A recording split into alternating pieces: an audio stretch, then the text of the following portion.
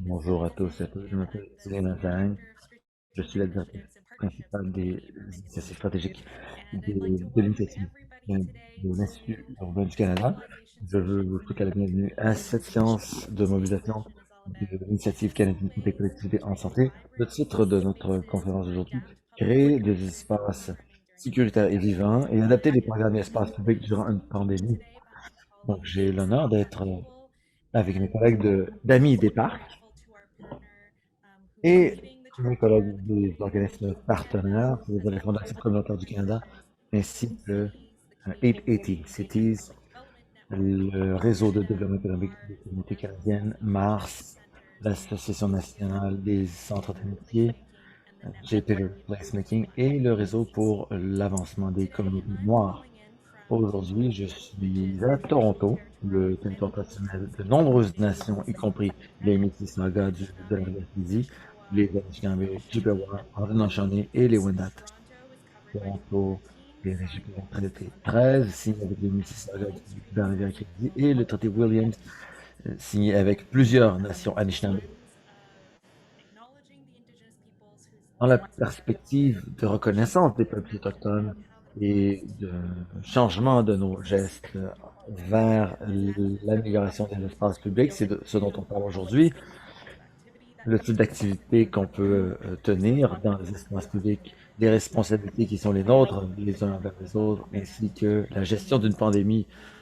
Au-delà de tout ça, nous reconnaissons l'histoire des traités non respectés et des atrocités qui ont été commises dans le passé, qui continuent d'affliger les peuples autochtones, y compris sensibilité, qui s'est déroulé au cours des dernières journées, c'est-à-dire l'expérience tragique et de violence qui a été vécue par de nombreux enfants autochtones.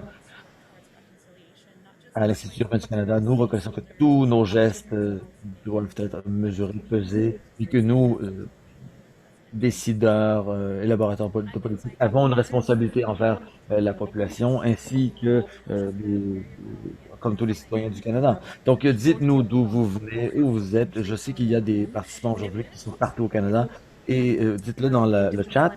Et si vous voulez nous dire où vous vous situez, quelles sont les nations qui sont sur votre territoire, dites-nous-le dans le chat.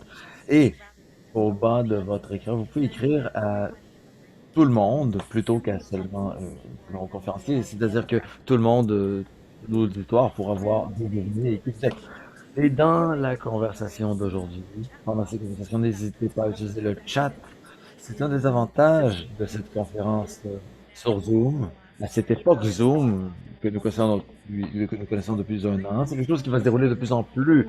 Et cette présentation se déroule en ligne et nous pouvons mettre en relation des gens qui sont dans des lieux complètement différents, très éloignés, et nous pouvons communiquer ensemble, fomenter cette espèce de mouvement et où nous avons des employés qui travaillent à gérer le chat. Si vous avez des questions sur l'initiative pour les collectivités en santé ou sur le programme, la façon de déposer une demande, vous pouvez les écrire dans le chat de Zoom et notre personnel y répondra. Si votre question porte sur votre demande de financement bien précise, peut-être que nous n'aurons pas l'information immédiatement, mais nous allons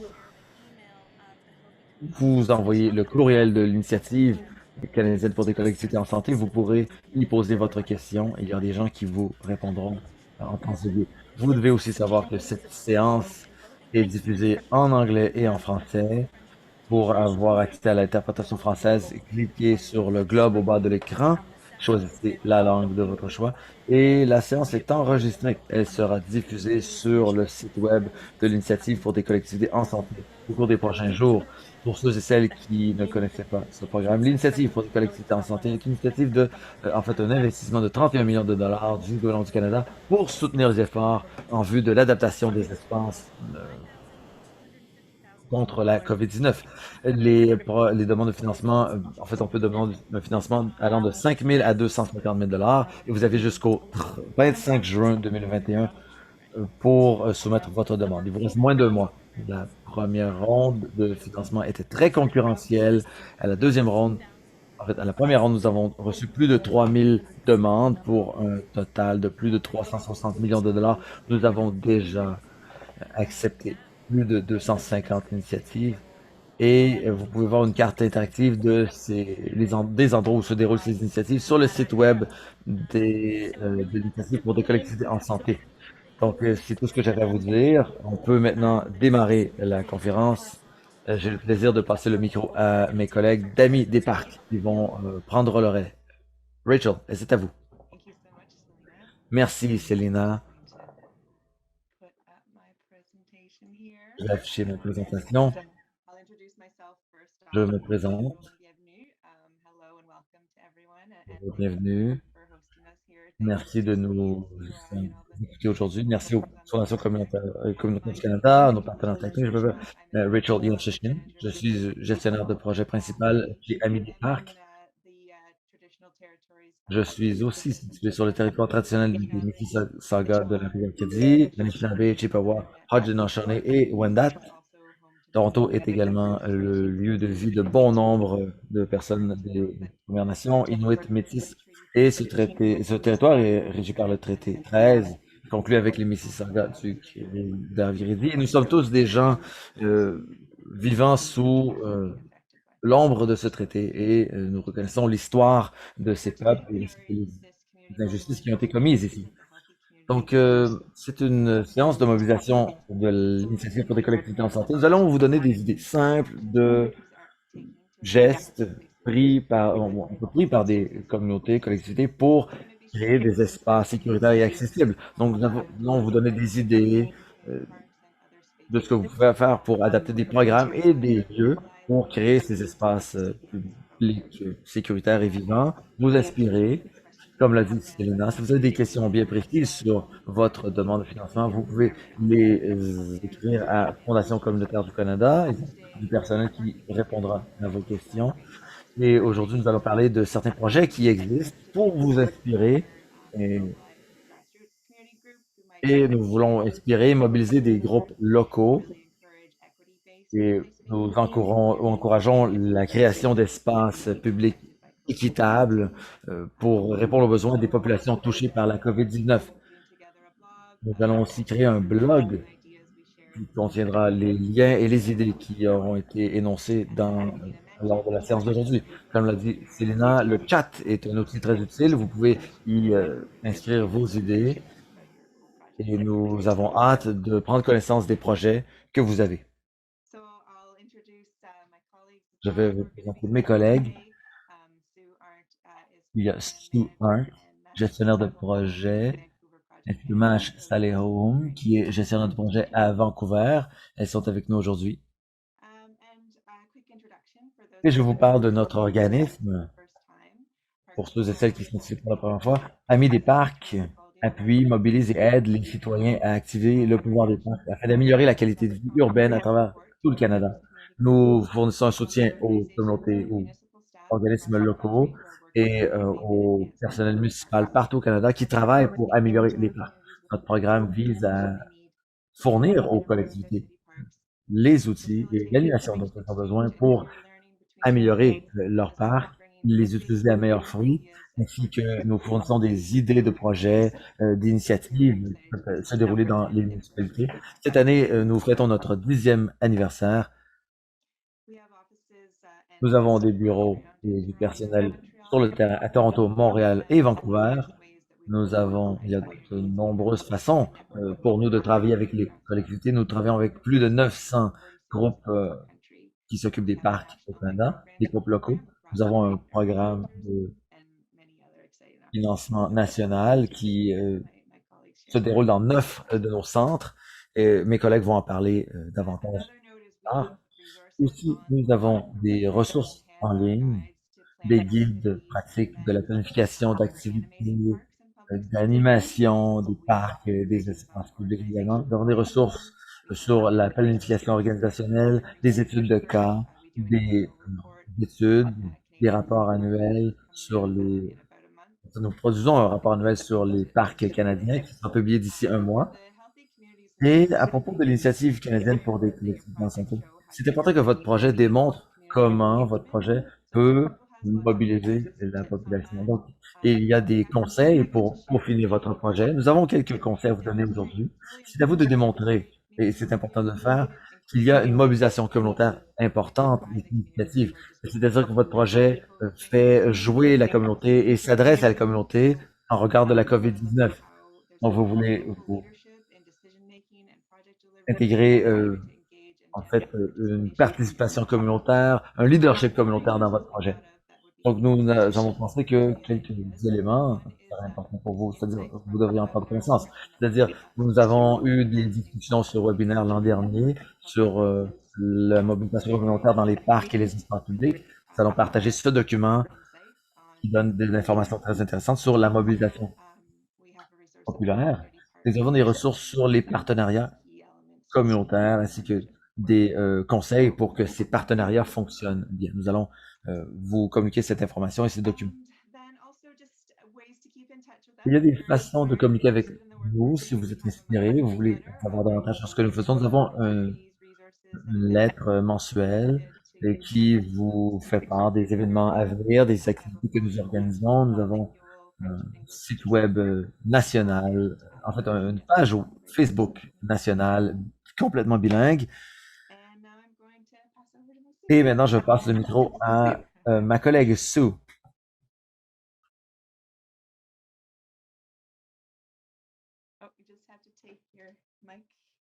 Je crois que vous devez allumer votre micro.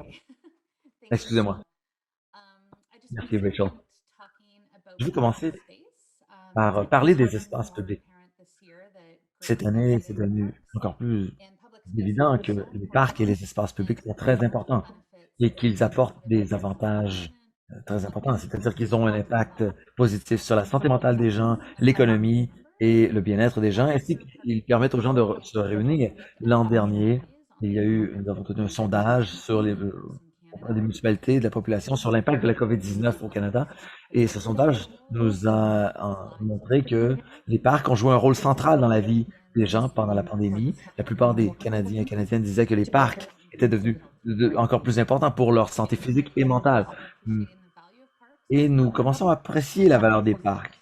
94% des sondages auprès des municipalités nous ont indiqué que il y a une reconnaissance accrue de la valeur des parcs auprès des municipalités et de la population qui permettent d'augmenter la résilience contre la COVID-19 et d'autres catastrophes naturelles. On a appris que durant la pandémie, les municipalités ont constaté un usage accru des parcs, une fréquentation accrue des parcs. Et malgré la fréquentation accrue des parcs, les projets de parcs municipaux font face à une certaine insécurité. Un certain pourcentage de projets liés au parc ont dû être abandonnés à cause de la COVID-19. C'est une raison pour laquelle les partenariats, les programmes communautaires comme l'Initiative canadienne pour des collectivités en santé peuvent être bénéfiques pour les espaces publics et peuvent améliorer les services municipaux. Le but n'est pas de remplacer le travail que font les municipalités, mais de créer davantage de programmes, permettre aux villes de créer davantage de programmes. Donc, les projets financés par l'initiative doivent être dans l'intérêt de la communauté locale, doivent offrir un espace public ouvert à tous et à toutes. Donc, ces projets peuvent se dérouler dans les espaces contrôlés par la municipalité, le gouvernement fédéral, provincial ou une réserve autochtone, c'est-à-dire des lieux publics. Et quand on parle d'espace public, en fait, on veut se concentrer sur les projets qui se concentrent sur la desserte de communautés qui ont été touchées de façon disproportionnée par la COVID-19. Donc, des espaces où il y a de la verdure ou des parcs peuvent être mis à profit. Par exemple, les centres récréatifs et les parcs, les terrains de jeu sont considérés comme des espaces publics. Et ce qui est intéressant aussi, c'est de se pencher sur les terres publiques qui ne sont pas des parcs. Je vais vous donner quelques exemples de projets qui s'y déroulent, mais un de ces exemples, ce sont les corridors d'électricité. Donc, il y a des milliers de kilomètres de corridors qui sont utilisés seulement pour les pylônes électriques et qui peuvent servir. Par exemple, à Toronto, il y a un parc linéaire de 16 kilomètres qui a été créé et qui est utilisé pour de nombreux événements communautaires aujourd'hui. Un autre exemple d'espace d'utilisation créative d'espace public, c'est de faire des partenariats avec euh, en fait, des organismes de logement communautaire, parce que souvent, les gens qui vivent dans des HLM n'ont pas accès à des parcs ou des espaces verts, mais engager un partenariat avec un organisme du logement municipal peut permettre de donner accès à ces gens à des parcs. Il y a aussi les écoles et les universités. Ce sont des populations qui peuvent profiter de ce type de projet. Un projet peut se dérouler dans une cour d'école, sur le territoire d'une université ou d'un collège. Donc, l'idée ici, c'est d'être créatif. La COVID a montré que peut-être que votre collectivité n'a pas d'espace public suffisant ou qu'il y a des espaces publics sous-utilisés qui pourraient devenir des espaces communautaires, qui pourraient permettre à la communauté de euh, contrer la COVID-19. Et parfois, c'est plus facile d'obtenir la permission d'utiliser ces espaces inutilisés, un peu mis de côté, que des parcs qui existent déjà. Par exemple, on a un parc Flyover Park à Calgary. C'est un usage créatif d'un espace qui était inutilisé et nous avons créé un parc dans cet endroit. Donc maintenant, à propos des espaces publics. Donc, les projets qui se situent sur un territoire, en fait, un terrain privé, ne sont pas admissibles au financement sous l'initiative. Par exemple, des groupes religieux qui posséderaient un terrain ou des espaces commerciaux publics, pardon, privés, ne sont pas admissibles à l'initiative. Nous allons vous montrer quelques projets qui se sont déroulés partout au Canada, des idées novatrices, inspirantes sur en fait, ce que vous pourriez faire dans votre collectivité. C'est important de bien planifier votre projet et pour d'obtenir du financement de l'initiative. C'est-à-dire, il faut réviser tous les détails de votre projet, vous assurer qu'il est admissible. Tous les projets que nous allons vous montrer aujourd'hui, ce sont des projets qui seraient financés par l'initiative. Je ne vais pas vous montrer tous les détails de ces projets, mais c'est pour vous donner un aperçu à haut niveau, pour vous inspirer dans votre propre planification. Donc, quelques exemples. Comme l'a dit Rachel, nous allons vous communiquer les liens de tous ces projets après la séance, si ça vous intéresse d'en savoir davantage sur eux, comment ils se sont déroulés. Donc, Amis des Parcs s'est impliqué dans tous ces projets d'une façon ou d'une autre, et certains de ces projets se sont déroulés avant COVID. Donc, vous allez peut-être voir des rassemblements de personnes ne portant pas de masque et en grand groupe. Donc, ce projet que l'on voit à l'écran, c'est le projet Red Embers à Toronto. C'est un bon exemple de partenariat entre une organisation autochtone, des artistes et un groupe de parcs communautaires. Dans ce projet, 15 artistes féminins ont présenté une exposition axée sur l'autodétermination, la résilience, en l'honneur de femmes et de filles autochtones assassinées, où des bannières, des grandes bannières étaient créées ici. Et ce parc, en fait, ce projet fait partie d'un parc plus grand. Donc, ce type de projet est admissible à l'initiative. C'est le type de projet que l'on recherche. Donc, ça permet de réunir la communauté de façon sécuritaire et de réunir des personnes de différentes communautés également. Un autre exemple, c'est la ferme Flamont à Flemington. C'est un jardin communautaire de 1,5 acres dans un corridor énergétique de Toronto. C'est une initiative communautaire axée sur un partenariat entre un organisme de sécurité alimentaire et un organisme de parc local. Donc, les usagers, en fait, les bénévoles et les résidents cultivent des aliments qui sont remis à des agriculteurs qui exploitent, en fait, une exploitation agricole à petite échelle et qui ensuite redistribuent ces denrées. Donc, la COVID a vraiment posé un défi à ces agriculteurs et à la population également. Et ce projet permet de s'assurer que les gens peuvent combattre l'insécurité alimentaire pendant la COVID-19. Le projet Mabel Arts, c'est un projet qui est un projet de sécurité alimentaire pour les des résidents d'un quartier de Etobicoke. C'est une communauté très dense qui a été touchée de façon disproportionnée par le COVID-19. Il y a beaucoup d'immigrants, de réfugiés et d'aînés dans cette communauté. Bon nombre d'entre eux et d'entre elles dépendaient de banques alimentaires avant la pandémie. Donc, pour se rendre à cette communauté, il faut faire 20 minutes en autobus et ce projet de garde-manger communautaire est né d'une expérience, en fait, qui s'était déroulée sous la forme d'un marché extérieur. Et ici, nous fournissions des aliments aux résidents et on leur apportait aussi un contact social. C'était des gens, en fait, défavorisés qui avaient accès à des aliments et à un réseau social. Il y a un autre projet, Wax Pops. Des partenaires communautaires ont créé un espace de rencontre temporaire dans un stationnement, dans une communauté il y avait très peu de services à Toronto. Il y avait de la musique, des espaces où on pouvait se réunir. Ce projet a été organisé par un organisme sans but lucratif local et soutenu par des entreprises locales. Des projets comme celui-ci seraient bien reçus par l'initiative. Donc, un partenariat avec la communauté d'affaires s'est déroulé ici. Et ces communautés, ces commerces n'avaient pas de lieu où les clients pouvaient se rencontrer. Et c'est ici que nous avons créé ce lieu.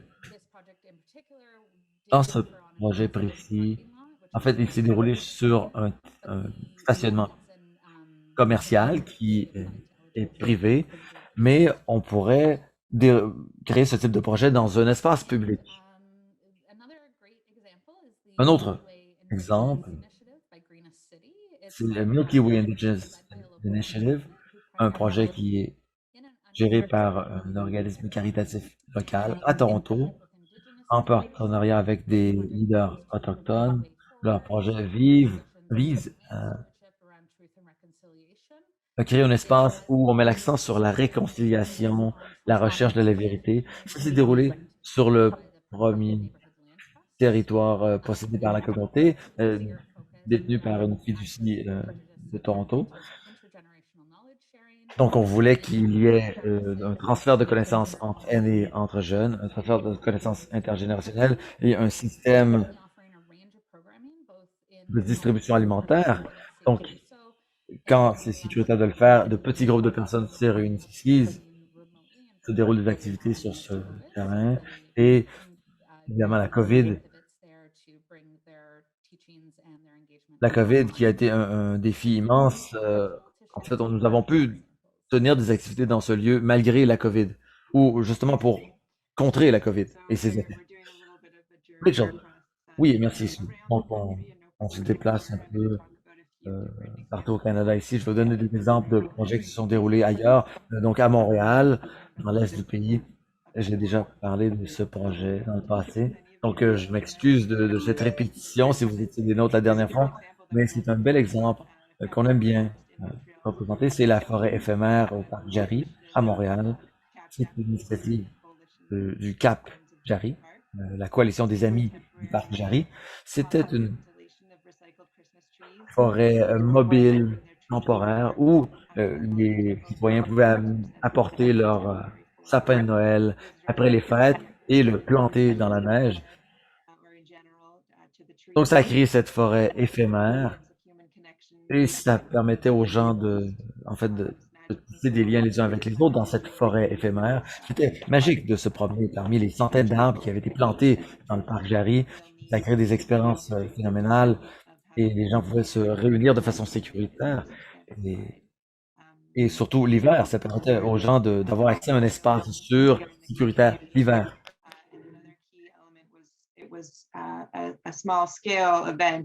Donc c'était un événement, une idée à petite échelle qui pourrait être réplicable de façon très efficace dans un autre lieu. Il y a beaucoup de potentiel avec ce type de projet dans les lots vacants et ça peut avoir un impact réel sur les gens. Je vous parle d'un deuxième projet qui s'appelle, en fait, c'est un projet du Tinga Québec. C'est un mouvement qui vise à créer des liens entre les réfugiés, les réfugiés, les nouveaux arrivants et les Québécois, les Québécoises. Donc, leur initiative s'appelait Déconfinons l'espoir, une balade dans nos vies. Il y avait une exposition de photos présentée en collaboration avec l'Ami des Parcs. Ce projet a permis d'atténuer l'isolement amené par la pandémie en facilitant en fait, l'interconnexion et l'échange entre les cultures.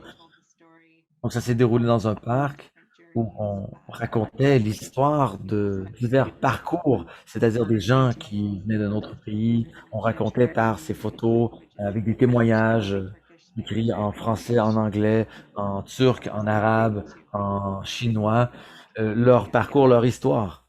Donc, c'était merveilleux pour réunir les gens. Un autre exemple qui se déroule dans la ville de Québec, c'est une forêt nourricière, un projet d'infrastructure verte dans la ville de Québec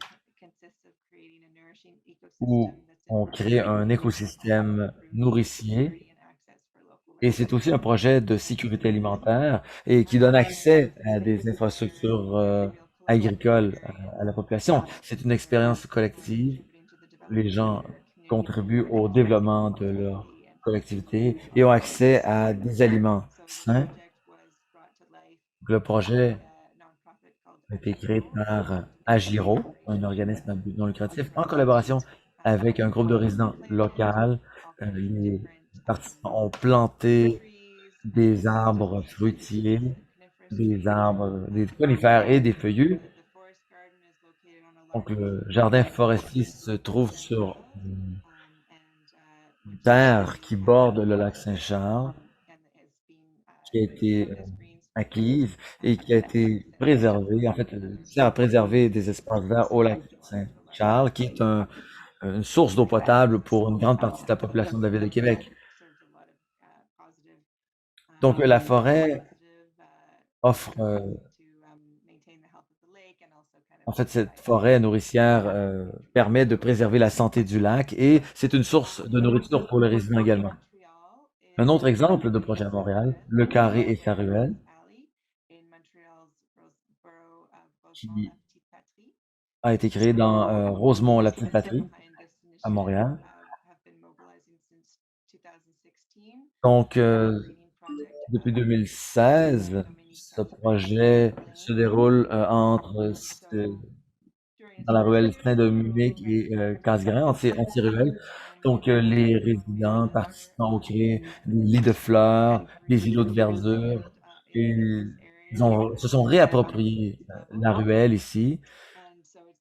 Ce sont des organismes locaux qui font ces projets. Et ce projet montre que depuis début de la pandémie, les défis sont arrivés, mais on peut continuer au travers avec ce type de projet. Donc, les gens se sont salis les mains, ils ont mis les mains dans la terre, ils ont planté des végétaux et ils ont permis d'établir un lien entre la place publique et les ruelles, des îlots de verdure ça et là. Donc, c'est un projet rassembleur qui a permis aux gens de faire face à la pandémie. Et l'an dernier, ils ont tenu un événement où il y avait des ateliers où les gens apprenaient des stratégies pour contrer la COVID-19 et des stratégies de jardinage également. Je passe la parole maintenant. En fait, permettez-moi de me rendre à Halifax, un exemple de projet à Dartmouth. Donc, c'est le fourneau communautaire de la communauté de Park Avenue, qui a été fondé en 2012, exploité par des bénévoles. Donc, ce fourneau communautaire réunit les gens depuis longtemps, c'est qu'il crée un lieu public axé sur la nourriture. Donc, il y a un jardin communautaire, un fourneau communautaire, et les bénévoles ont investi plus de 300 heures de bénévolat dans ce projet l'an dernier. Donc, il y a des gens qui échangent des recettes et des trucs culinaires. Et bon nombre d'activités se déroulent sur ce terrain également.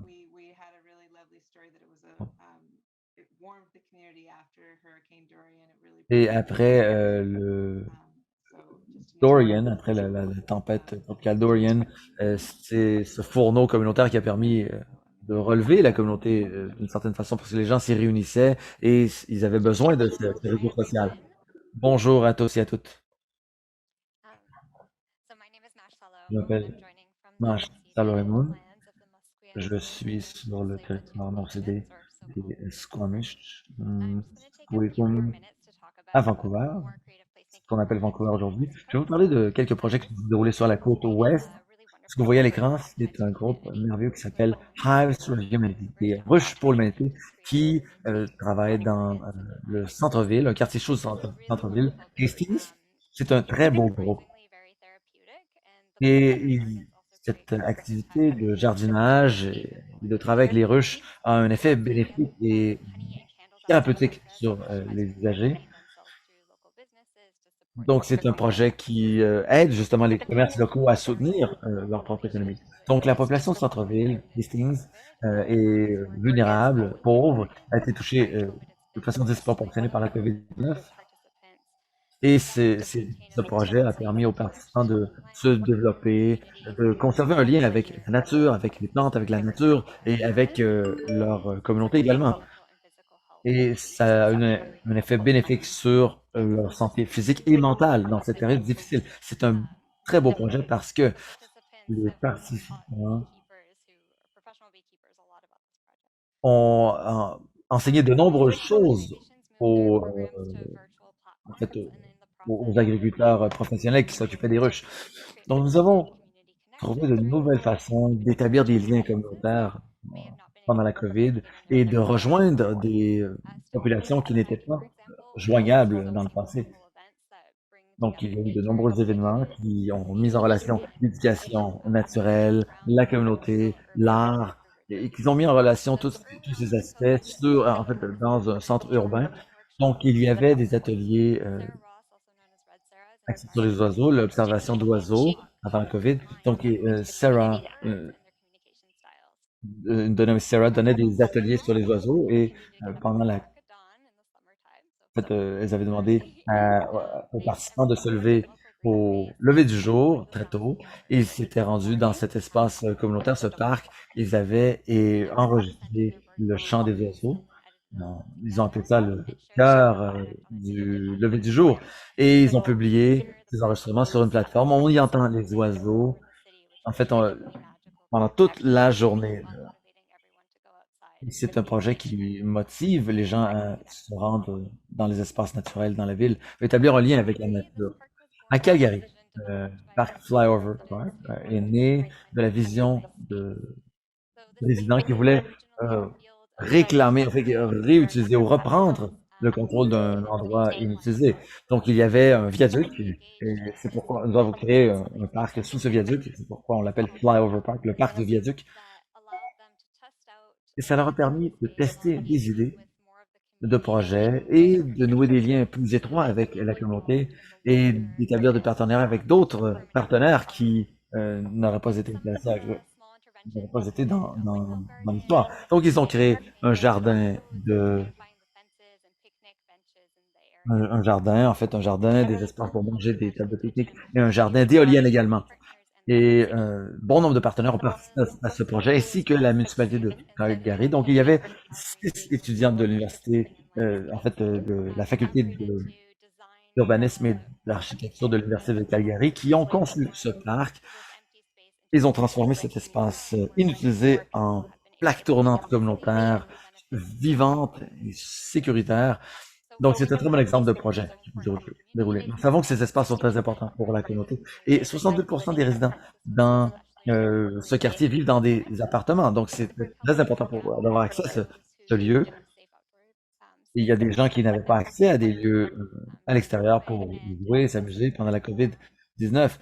Et ce parc leur a fourni justement ce lieu that dont ils avaient besoin. something that we all used Donc ourselves. c'était un peu le salon ou la cour arrière dont tout le monde avait besoin. Connecting Et ce parc a joué un rôle communities central across Newfields and bike lanes to dans Calgary les liens qui with sont noués entre a 8 kilometer long la network of municipalité, les connecting résidents et le réseau aussi de communities sentiers to près de la rivière à Newfields Calgary. Park C'est and un, wherever else they ce needed sont des to sentiers go. qui sont utilisés par les résidents This pour undercover en fait, des pistes cyclables pour se rendre au travail, pour marcher. Et donc, ce lieu était au carrefour de plusieurs parcs et de ces pistes cyclables et sentiers pédestres. Il y a East Van Scarecrows, ce sont des jeunes, de- des jeunes femmes et des jeunes qui s'identifient comme des jeunes en fait, qui ne s'identifient à aucun des genres euh, préétablis. Donc, c'est un groupe communautaire formé par ces jeunes qui a créé un parc de planches à roulettes et il voulait que la planche à roulettes devienne un sport plus accessible et plus approchable, praticable. Donc, ça s'adressait aux néophytes et c'était une initiative qui permettait de généraliser la planche à roulettes. Ils ont montré aux participants comment créer un parc de planches à roulettes, comment créer des rampes d'accès pour faire des trucs en planche à roulettes et leur enseigner les rudiments du sport également. Donc, c'était une belle occasion de faire des activités à l'extérieur. Donc, la plupart des participants n'avaient jamais fait de planche à roulettes et maintenant, il y a plus de 60 membres qui savent comment faire de la planche à roulettes et créer ces parcs de planche à roulettes et qui enseignent la même chose aux autres. Donc, c'est aussi une occasion d'apprendre des moyens de transport alternatifs. En fait, il pleut souvent à Vancouver. C'est un lieu qui permet en fait, d'utiliser des roues de toutes sortes, des véhicules à roues de toutes sortes, que ce soit des planches à roulettes ou autres. Donc, ici, un autre projet à Calgary, Springboard Performance, qui est un événement vraiment intéressant qui s'appelait Container. Donc, c'est un projet conteneur, donc, qui visait à faire de l'art des œuvres d'art sur des conteneurs dans des lieux publics. Donc, c'était un très beau projet qui répondait aux besoins des jeunes, en fait, besoin de socialisation des jeunes, qui avaient besoin de contribuer de façon significative et positive à leur quartier. Donc, ça fait plusieurs années que cet événement se déroule, mais en général, c'est un grand festival qui se déroule pendant une fin de semaine. Mais l'an dernier, à cause de la COVID, ils ont rajouté des journées pour s'assurer que toute la communauté pourrait participer de façon sécuritaire à ce projet. Donc, j'aimerais bien vous parler d'autres projets, mais nous voulons garder un peu de temps pour la période des questions. Et c'est la fin de la présentation de Amis des Parcs. Si vous voulez en savoir davantage, allez sur notre site web. Nous avons plein de ressources pour vous. N'hésitez pas à communiquer avec nous pour tout ce qui a rapport à des parcs. Et maintenant, je passe la parole à Paul qui va démarrer la période de questions.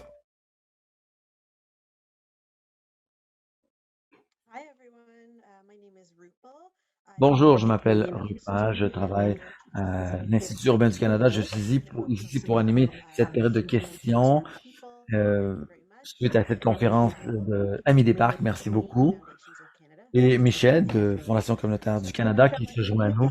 Michel, je vais vous laisser vous installer, vous présenter. Merci d'être des nôtres. J'ai quelques questions qui pourraient être pertinentes pour les gens qui nous écoutent. La première est la suivante, surtout puisque nous parlons d'espace public. Donc, est-ce qu'il faut des permis pour soumettre une demande de financement à l'initiative? Merci, Rupal. Bonjour à tous et à toutes. Merci d'être des nôtres aujourd'hui. Il pleut ici à Ottawa. C'est des semaines qu'il n'a pas plu. Je suis très contente. Je sais qu'à Vancouver, il pleut très souvent, mais on est content d'avoir un peu de pluie ici aussi. Donc, à propos des permis, vous n'avez pas besoin d'avoir un permis quand vous soumettez votre demande. Cela dit, on vous conseille fortement de savoir quels seront les permis qui seront nécessaires si vous obtenez le financement. Donc, si vous avez fait vos recherches, vous avez communiqué avec la municipalité, vous savez quels permis sont nécessaires, vous pouvez lancer votre projet. Et si vous êtes en mesure de démontrer que vous avez tout fait ça, que ça va fonctionner, euh, ça marche. Merci. Il y a quelques questions dans le chat sur l'échéancier. Combien de temps est-ce que les gens ont pour dépenser le financement de l'initiative et jusqu'à quand est-ce qu'on peut en fait inclure des dépenses rétroactives dans ce financement? Pouvez-vous me donner l'état des lieux? Oui. Donc, les activités de projet qui sont financées par l'initiative pour des collectivités en santé cet argent doit être dépensé d'ici le 30 juin 2022, donc avant cette date. Les activités peuvent continuer selon le même programme. Cela dit, celles qui sont financées par l'initiative doivent être terminées d'ici cette date. Et vous pouvez utiliser ce financement pour des dépenses rétroactivement. Je vais vérifier ici, m'assurer que je vous donne la bonne date. Je crois que c'est le 1er avril 2020. Donc, si votre activité a commencé à partir du 1er avril 2020, elle serait admissible au financement de l'initiative. Oui, merci. Nous avons la chance d'avoir Michel ici avec nous. Mais le guide de demande est très détaillé. Donc, si vous voulez avoir réponse aux questions, vous les trouverez dans ce guide, ces réponses. Donc, une question très intéressante a été posée dans le chat. Peut-être que Rachel Sue ou Mash pourrait y répondre. Peut-être pour tout le monde. Elle vient de Mike. Il dit qu'il a du mal à comprendre la différence entre les avantages pré- et post-COVID. Est-ce que quelqu'un peut donner des détails sur les problèmes spécifiques qui ont été amenés par la COVID et qu'on lui donne des idées de mesures prises par des organisations pour s'attaquer aux problèmes amenés par la COVID-19 dans leur communauté? Oui, je peux essayer moi aussi de répondre et si Trevor et Mash veulent ajouter là-dessus, c'est fantastique. Je crois que c'est important de faire la distinction entre ce qui s'est passé avant la COVID et après la COVID. Donc, la COVID a jeté de la lumière sur des problèmes qui étaient déjà présents en relation avec les espaces publics. Je crois qu'elle a exacerbé certains problèmes. Mais ce que nous avons montré aujourd'hui, ce sont des projets qui se déroulaient avant la COVID. Et certains de ces projets sont une réaction directe à la COVID. Je crois que la COVID a mis en lumière euh, le problème de l'accès équitable aux espaces verts dans les communautés, surtout dans les zones très urbanisées, où les gens n'ont peut-être pas de cour arrière ou n'ont pas accès à un parc dans leur quartier. Donc la COVID a montré qu'il y a un problème de sécurité alimentaire, un problème d'accès aux aliments. Il y a des gens qui ont des problèmes de mobilité ou d'autres problèmes qui les empêchent d'avoir accès à des aliments dans leur communauté. Et aussi, il y a un problème d'isolement social dans ces centres urbains, mais je crois que ces problèmes existaient déjà, mais la COVID a exacerbé ces problèmes et les a soulignés, les a mis en relief et nous montre le besoin de créer des espaces communautaires qui répondent à ce besoin et à ces défis. Donc, je comprends que c'est difficile de comprendre la différence entre pré- et post-COVID, mais il faut concevoir votre projet en tenant compte d'un ou de plusieurs de ces éléments. Je crois que quand on parle d'isolement, en regard de l'initiative pour des collectivités en santé, on peut utiliser les espaces publics pour répondre aux besoins des gens qui sont isolés. Et Amis des parcs faisait ce type d'initiative avant la COVID et après la COVID également. Donc, il y a des règles sanitaires partout au Canada maintenant. Nous espérons que ces règles sanitaires vont continuer d'évoluer et qu'il y aura une ouverture justement de la part du gouvernement. Mais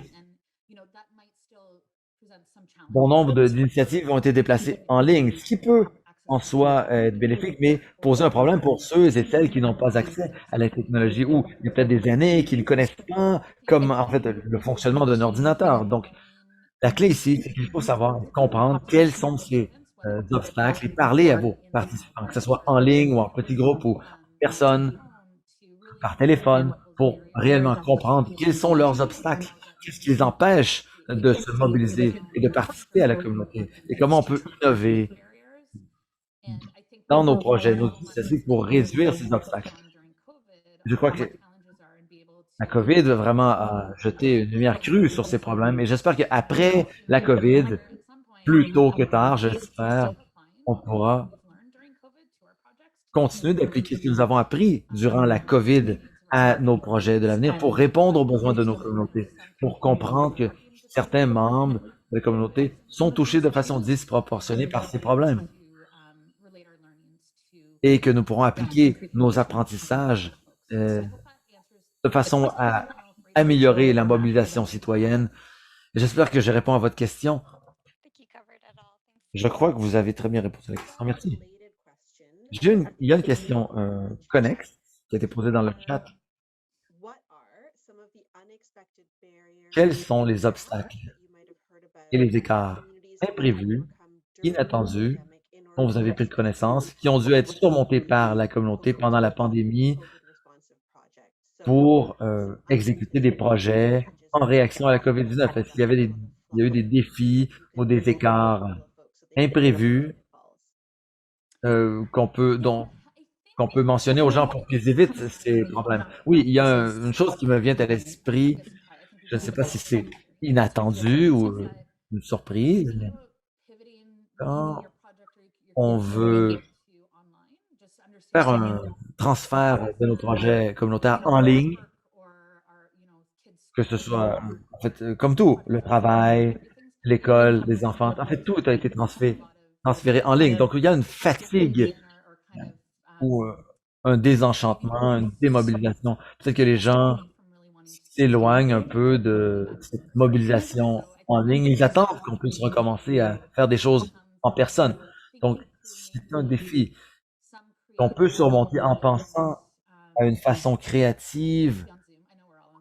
En fait, enfin, comme Zoom, je sais que tout le monde est sur Zoom en ce moment, mais comment se mobiliser? Peut-être que Rachel, vous pourriez, c'est pas parce que je veux vous jeter les projecteurs sur vous, mais vous avez parlé, vous avez participé à une séance d'information, justement. Il y a des solutions créatives où on invite les gens à communiquer ensemble par la technologie, mais ça pourrait se dérouler dans des espaces qui sont inspirants,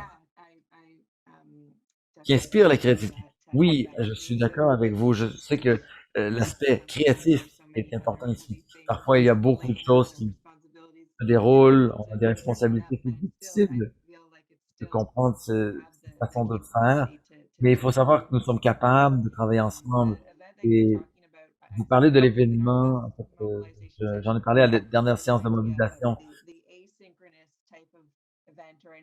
le type d'événement asynchrone où plutôt qu'il y ait un rassemblant unique de personnes à cause des mesures sanitaires, on ne peut pas avoir de rassemblement au même moment. Ça ne veut pas dire qu'on ne peut pas créer des liens les uns avec les autres en tant qu'être humain.